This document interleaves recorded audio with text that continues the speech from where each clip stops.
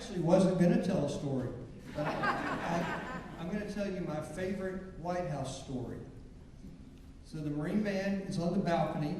We're playing for Bill Clinton, who loved to shake hands, and he's down below us, and there's 500, 600 guests there, and we're playing the Folk Song Suite by Ralph Vaughan Williams, a very famous piece of band music. A young staffer comes out, stops the colonel. No, you have to play some peppy music. And because the colonel's been the director of music at the White House for 25 years, and a two-year-old staffer, two-year term staffer comes out and says, you got to stop. He says, okay guys, Stars and Stripes, gives us a downbeat. As soon as we stopped playing Folk Song Suite, the president looked up and saw the staffer stop us, called her into his office when the event was done, and said, why did you stop the Marine Band from playing my favorite piece of music, the Folk Song Suite by Ralph Vaughan Williams? Because Bill Clinton was a saxophone player in high school. So that's a standard band piece, the Folk Song Suite. So he says, here's what you're going to do. You're going to call the colonel and apologize. You're going to tell him it's my favorite piece of music, and he can play it anytime he wants to, and you're not to do that ever again. So years later, that was probably 96, 97, because Bush 43 was inaugurated in 98, I think.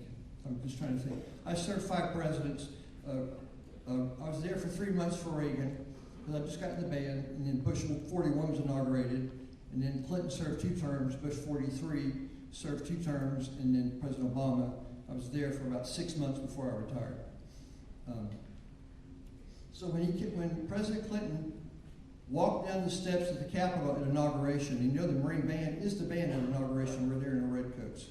Since Thomas Jefferson, that's who gave the title the President's Own to the Marine Band. Also the oldest musical organization, professional musical organization in the United States, older than the New York Philharmonic. So we're talking Thomas Jefferson, we're talking 250-something years. So when Clinton walked down the steps for his introduction, we played the Folk Song Suite, like 12 years later. But I was there when that happened, so I certainly have many stories.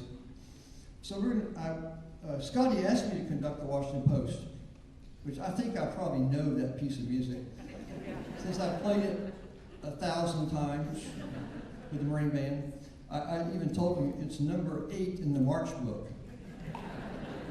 So Stars and Stripes is number 1. Hail to the Spirit of Liberty is number 2.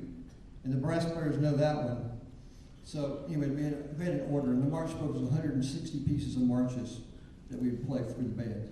So Sousa was the director of the Marine Band for almost 20 years. And then he left the band and formed his own band called the Sousa Band, and they traveled the country by train, performing concerts all over the country. Sousa wrote the Washington Post March on a train. He did this frequently. At night, he would write music at night, up on a ship. He wrote Stars and Stripes on a ship when he was traveling from across the sea.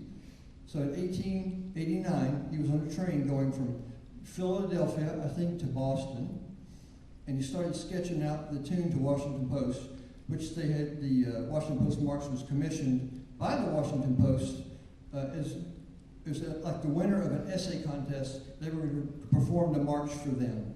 That's where it originated. Sousa wrote over 100 marches. All right, so we're going to play Washington Post, Marine Band style, and they actually have the Marine Band arrangement of Washington Post, which is it's different. Okay, it's not the standard one.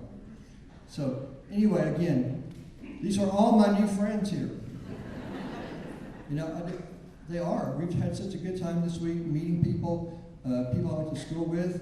So I'll quit talking in just a second. Dr. Terry Major, who plays trumpet, is the one who started this. Terry, stand up.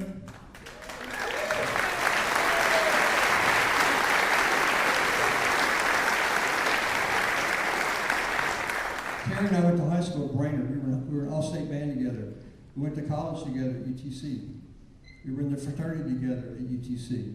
He has a great dental practice, and I went to grad school in tried to follow the path of being a player or an educator. And luckily, I got the job in the Marine Band, and I was very fortunate to be in that band for 21 years. So I hope you enjoy the Washington Post. I'm not as good a conductor as Scotty is, but I think we'll get there.